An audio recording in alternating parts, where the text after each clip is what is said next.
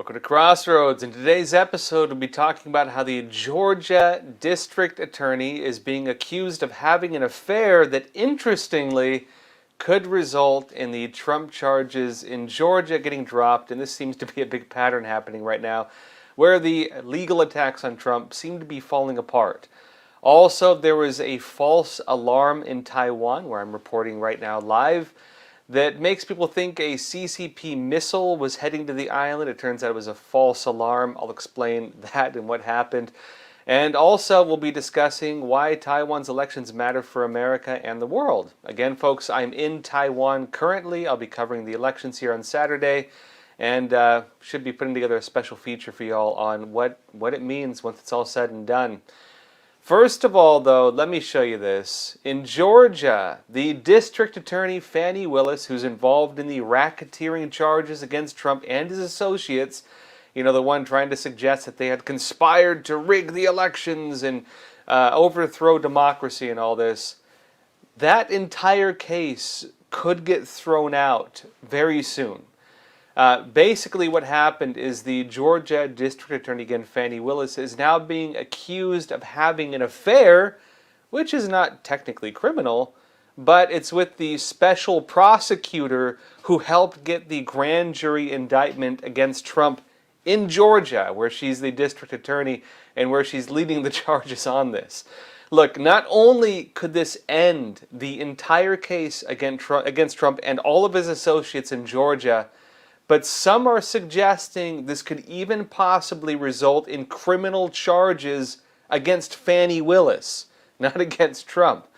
Let me show you, a New York Post said this. It said Fulton County District Attorney Fani Willis had an improper and clandestine relationship with the married special prosecutor who assisted in securing Georgia's grand jury indictment against former President Donald Trump, a co-defendant in the election interference case alleged Monday.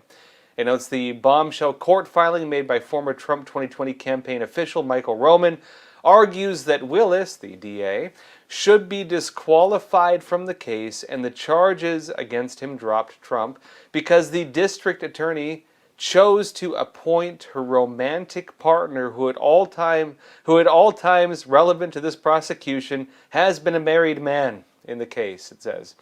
It notes as well that Roman contends that Nathan Wade, a private attorney with the Atlanta-based Wade and Campbell firm, used some of the nearly $654,000 in legal fees that he's been paid by the Fulton County DA's office, notably under Fani Willis, for his work on the Trump case, to take Fani Willis, the person giving him the money for this case, on lavish vacations to Napa Valley, California, Florida, and the Caribbean, possibly being, ironically, a case of corruption in a case looking into corruption going after the former President Donald Trump.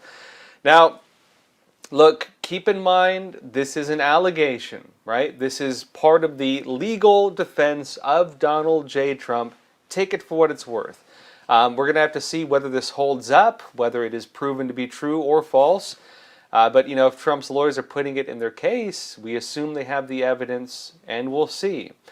That being said, you know, Trump has been accusing Fani Willis of having improper relationships with gangsters and so on. And, you know, the media claims it's all a bunch of fake news. You know, we'll see. It's all going into the court record right now, where the Trump team is challenging these charges based on things they believe, you know, are strong enough to get the case thrown out. We'll see what happens with it. That being said, this is not the only case that's in, let's say, in peril for the people targeting Trump. You also have, for example, the case even from Jack Smith, special counsel, possibly getting thrown out in its entirety, and possibly all the charges getting thrown out if it turns out that Trump does in fact have, and we'll see whether it's going to be determined by the Supreme Court, whether Trump has or does not have presidential immunity against criminal charges like this. Again, the Supreme Court is taking up that case. Keep in mind, in addition to that, the Supreme Court will also take up the case of several people being accused within the whole January 6th narrative. And they're going to be determining whether the act of disrupting an official proceeding, the main charge used against most of the J6 defendants, is something that can be used in the way they're trying to use it. Remember, the crime of disrupting an official proceeding is not about protesting Congress or having the great walkthrough of the Capitol building or even, some of the rioting that did take place that day. Disrupting an official proceeding was a charge mainly about destroying evidence when there's a court case, and was made specifically for Enron. Now, they've of course interpreted that and applied it for the first time ever for something like this. And the Supreme Court is going to determine whether it can be used in such a case. If they determine it cannot be used, that means not only will the charges be thrown out for the 3 individuals bringing the case, but it will also mean that every single indictment that has been used against the J6ers and everybody that charge was used against in order to get their plea deals, all of those cases will have to be re-examined. And as those, many of them will very likely get thrown out. We don't know how many, we don't know where it's going to go. But that will also damage the ability of them to target Trump using January 6th as a narrative, suggesting it was an insurrection, because a lot of it's based on that narrative. And in addition to that as well, the Supreme Court is going to be taking up also the case of the 14th Amendment and whether Trump, for example, can even run for president. Of course, the J6 trials with the Supreme Court could overturn that in and of themselves. The Supreme Court case looking into whether Trump had legal immunity can get that thrown out. But even aside from those, aside from all of that, the Supreme Court is going to be looking specifically at the 14th Amendment case and determine whether or not they can take Trump off the ballots using that narrative. In other words, it seems right now like the Supreme Court, on any of these, if they rule, is going to eliminate at least the bulwark of the charges against Trump. And the stuff with Fani Willis is just some cream on the top with all that. That said, something interesting happened. I'm reporting live from Taiwan currently. The elections here are going to be held on Saturday, local time. That's going to be for the president of Taiwan and for the legislature. The Chinese Communist Party is actively trying to interfere with the elections, literally, in a very real sense. I'll be covering more of that going forward. Before the elections, maybe on Friday, we'll go real deep into it. But let me show you a very strange alert that went out yesterday right here in Taiwan. This was a screenshot from my cell phone, and everybody who was here apparently got this same alert. And it said, "Air raid alert, missile flyover Taiwan airspace, be aware." Be aware of those missiles flying over, because there's an air raid alert. I'd assume if a missile strike was coming, you'd have to be a little more than aware. It turns out, though, this was a translation error. A lot of media reported on the English translation of this, where it actually did say, again, you can look at my screenshot, "Air raid alert, missile flyover Taiwan airspace, be aware." But the Chinese language, of course, as you can see, there's both Chinese and English on the text. The Chinese text says it was a satellite, not a missile. And it appears the Taiwanese leadership has clarified this was actually just a translation error. There was no missile attack on Taiwan. It was unfortunately an error they made in the translation. maybe fortunately, I'm glad we didn't get hit by missiles while I'm here. That said, the presidential election currently being held in Taiwan could be a pivotal moment, not just for Taiwan, but for the world.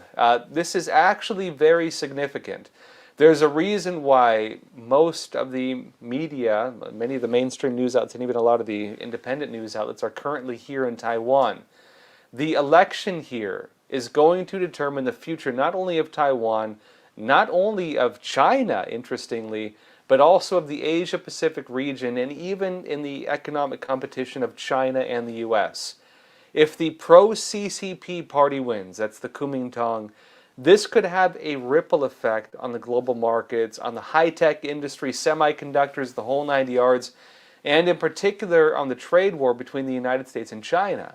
If the anti-CCP party wins, which currently now is leading in the polls but not by a huge margin, that's the DPP, the Democratic Progressive Party, the incumbent party notably, if they win, this could spark new military threats from the CCP, because the Chinese Communist Party is now saying, under Xi Jinping, that if Taiwan claims it's a country, which it is in every regard, if Taiwan continues to say it's a country, that is becoming an act of war as Xi Jinping is framing it.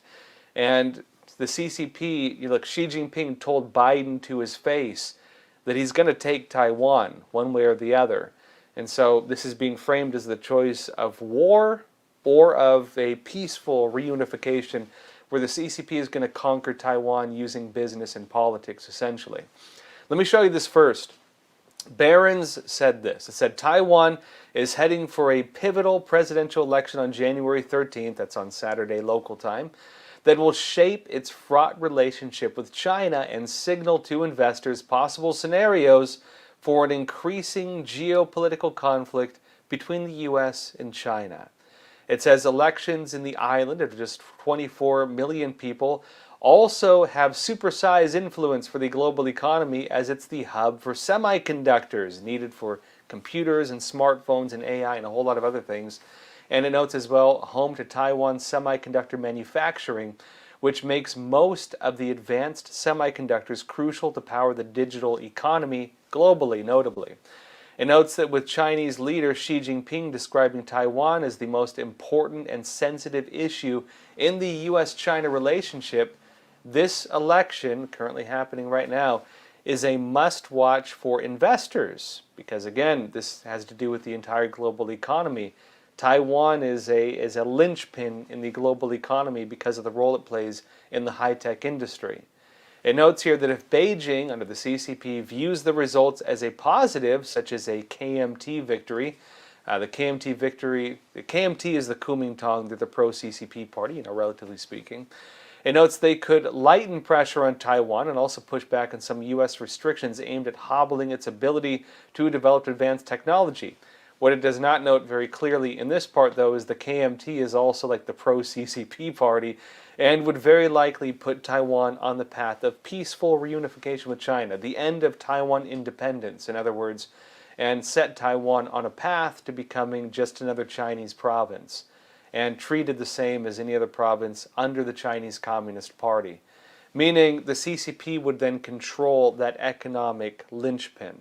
The CCP would then control that economic system that powers the global high-tech industry. There are other companies as well, but at least for the next maybe 5 to 7 years, China would control it.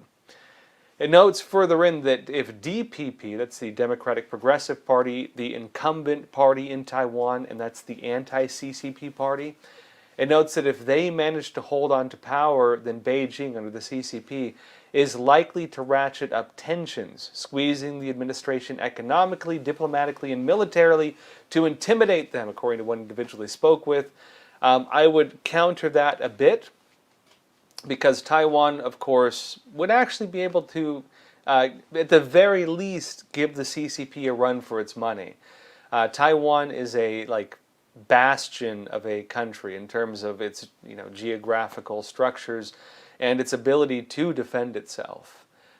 Economically, Taiwan is already mostly decoupled economically from China, although on the individual level, local businessmen and stuff like that, you do have some ties. But in terms of the country's GDP, a conflict with China would not be detrimental to Taiwan at this point. So there's some other stuff to it. And at the same time, too, there's the political element. Taiwan is leaning more towards the United States, and if the DPP wins, they'll become a much closer U.S. ally. This is actually very pivotal in that regard, too. Now, it notes further in that if a conflict turns into a military one, or it looks like it could, and the CCP is threatening this, that the authors of one of these reports expect the fallout in the market, the global economy, to surpass the hit that could come from sanctions, with China and the global economy paying a severe price even if the U.S. and its allies were not united in imposing restrictions. Now, again, notably, Taiwan is one of the top trading partners with the United States.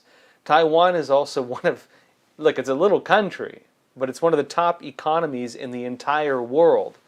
And, of course, a lot of trade, a very large amount, goes through the Taiwan Strait or through the South China Sea. If a conflict takes place here, it is going to cripple international shipping and cripple the global high-tech industry, which means cars, computers, smartphones, many things. They're not going to be crippled totally. We're not going to go away or anything like that. But without a doubt, the supply is going to be severely constrained and the prices are going to go through the roof. That's, of course, short-term and not having to do with the possible, worst-case scenario of an actual CCP full-on invasion or takeover. And, of course, this is going to tie into the issue as well of whether possibly we go to war with China. This is going to be something pretty dang serious. That said, regional security is a major concern. Remember as well, North Korea is a CCP puppet state. South Korea recently had to evacuate one of its islands. This was just the other day, actually. North Korea fired 200 artillery shells nearby one of the South Korean islands. But, the CCP presents a much larger problem in the region than just backing North Korea as its puppet state, causing trouble. And the Taiwan elections are going to be a pivotal moment for a potential war. Japan Times notes that it's difficult to overstate the geopolitical significance of Taiwan's upcoming presidential and legislative elections. In Japan, they're noting that the strategically located island, Taiwan, is now considered the greatest potential flashpoint between China and the United States. And they have a quote here. It says, "The Taiwan election will influence the degree of risk perceived by the Asia-Pacific region, not only in terms of a possible war over the island, but also supply chain continuity and a general worsening of Sino-U.S. relations between the U.S. and China that would be felt across the Asia-Pacific." And I would actually add to that not just the Asia-Pacific, but most of the world. That's according to Chase Blazek, East Asia analyst at U.S.-based geopolitics and intelligence firm RAIN. It notes that as for Japan, both the KMT, pro-CCP party, and DPP, pro-US party, enjoy close ties with Tokyo, Japan. And Taiwan's overall relations with Japan are unlikely to change significantly no matter who wins, although a KMT, pro-CCP government, may be less responsive to Japan's efforts to counter China. Remember, Japan also has territorial disputes with China, mainly around the Senkaku or the Diaoyu Islands. And the CCP claims ownership over what is, in every regard, Japanese territory. Japan is having military conflicts with China because of that. There are also military threats coming from China against Japan and the Philippines and Vietnam and many other countries as well. And if a war were to break out in the Taiwan Strait between Taiwan and China, that would also affect the surrounding area. Some people have even said this could result in some wars on Japanese territory and possibly some Philippine territory. So the whole region could very easily get pulled into this. And although the U.S. has not said they would directly defend Taiwan, at the very least we are supplying them militarily.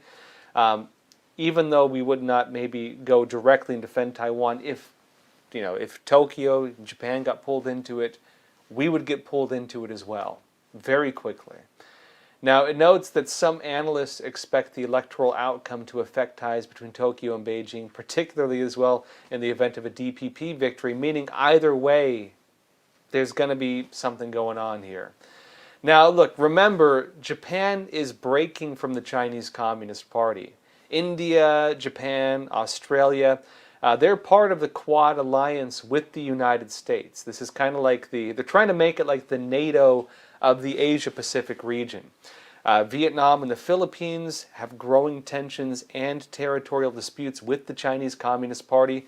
They have toyed with the idea of possibly joining the Quad alliance as well. South Korea, notably, has not taken a strong stance with the United States or China, although the new president there is trying to form an alliance with the United States. And if you have, of course, all the most powerful surrounding countries joining in a military alliance with the United States against China to challenge its territorial disputes in the region, that means the CCP's military ambitions are off the table, essentially. But the potential war over Taiwan, and even Taiwan not going to war, just reuniting with China. Reuniting is not really an accurate term because they weren't really under the CCP ever. But of course the CCP is suggesting that it just controls Taiwan and they just write off the idea that Taiwan is an independent country. if they do a peaceful mode of that, if a pro-CCP party comes into power in Taiwan and they just decide to let the CCP take it, that is going to have huge implications for the entire region. In other words, this is going to cause some really serious incidents globally, probably no matter which way it goes. I'll be covering this, of course. The current South Korean president, as I noted, is also looking to join this alliance, meaning this is the whole region. And the Taiwan